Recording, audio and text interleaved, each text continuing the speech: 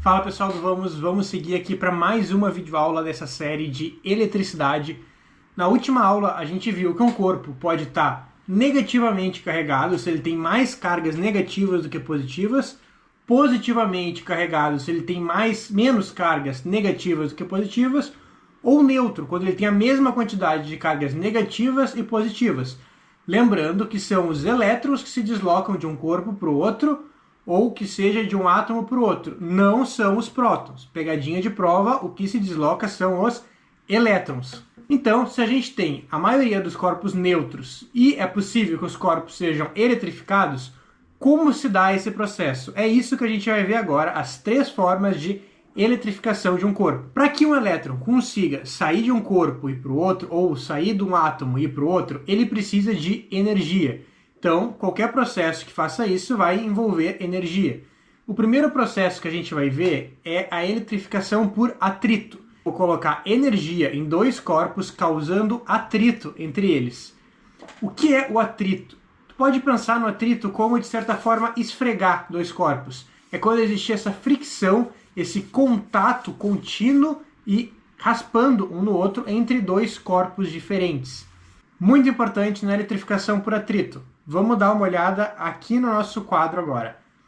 A eletrificação por atrito precisa que sejam dois corpos de materiais diferentes, porque os corpos têm uma coisa chamada afinidade elétrica, que é a capacidade dele passar ou receber elétrons.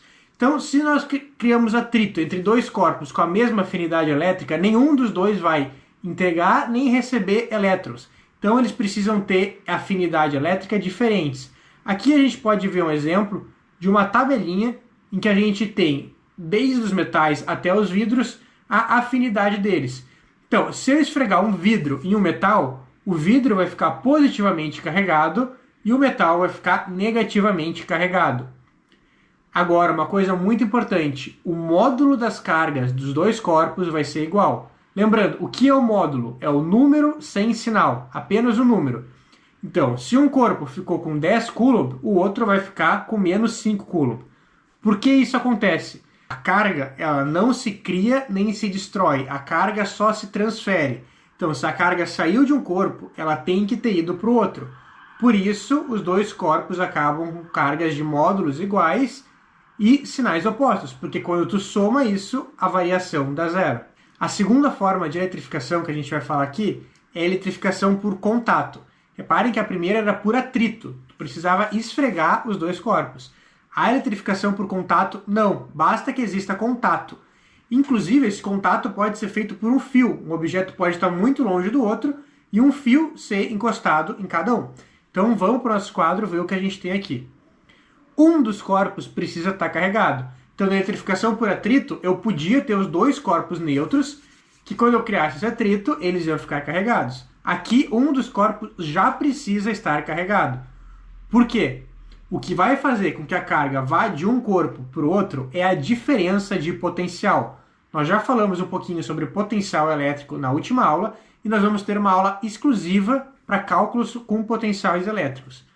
Mas a gente precisa saber que o potencial ele é de forma análoga ao encanamento, ao que seria a pressão da água, o que vai gerar uma força que faça com que as cargas se desloquem de um corpo para o outro. Por isso, um dos corpos precisa estar carregado, porque se os dois forem neutros, eles têm o mesmo potencial elétrico. Outra coisa importante é que esses corpos sejam condutores, para que quando eu coloque eles em contato, os elétrons se distribuam em torno deles.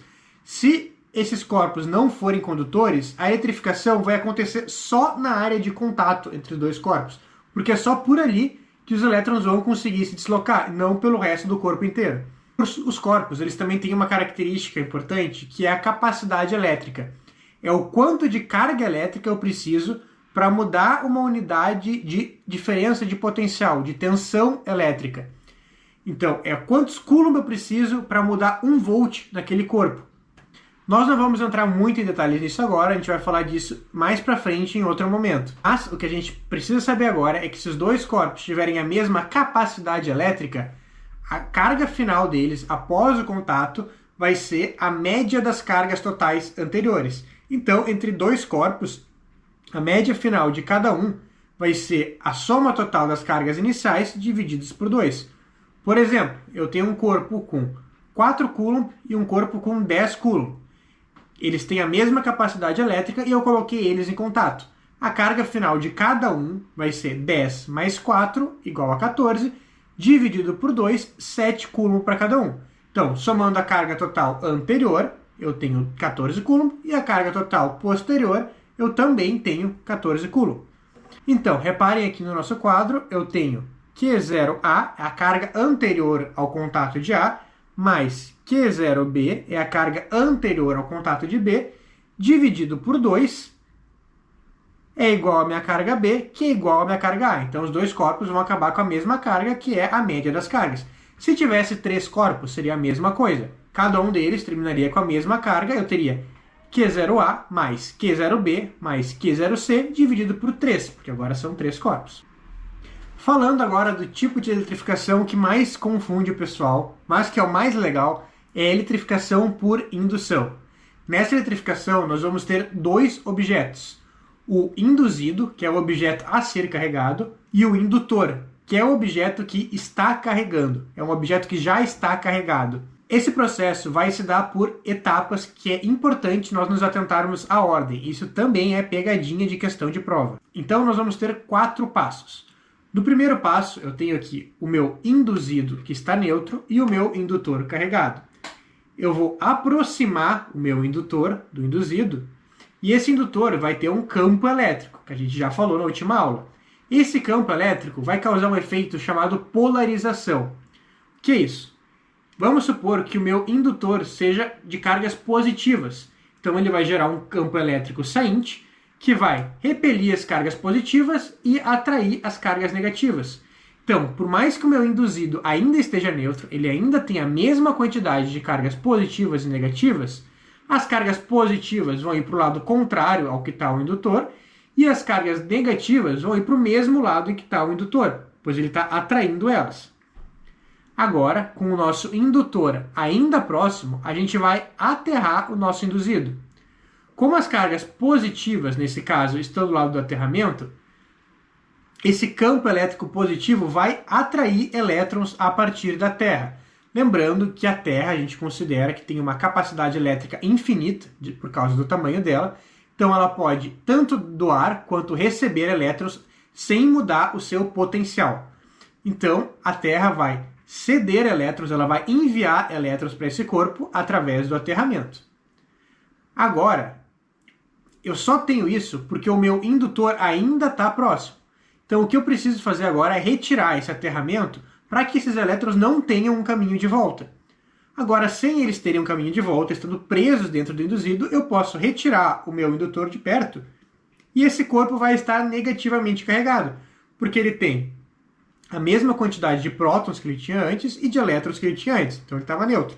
E agora ele tem mais os elétrons que vieram do aterramento. Então agora ele tem mais elétrons do que prótons e logo ele está negativamente carregado. Vamos assistir agora uma animaçãozinha disso que eu preparei. Deu bastante trabalho, então eu espero que vocês gostem. Reparem que eu tenho a minha esfera neutra, eu aproximei o meu indutor e ela ficou polarizada. Agora eu conectei o aterramento, os elétrons subiram, eu desconectei o aterramento e retirei o indutor e a minha esfera ficou ali negativamente carregada. Reparem que ela só está polarizada enquanto o meu indutor está perto. Quando eu retiro o meu indutor, ela não está mais polarizada, ela está só carregada. Então, logo que eu aproximei meu indutor, ela está polarizada e neutra. Quando eu conectei o aterramento, ela estava polarizada e carregada.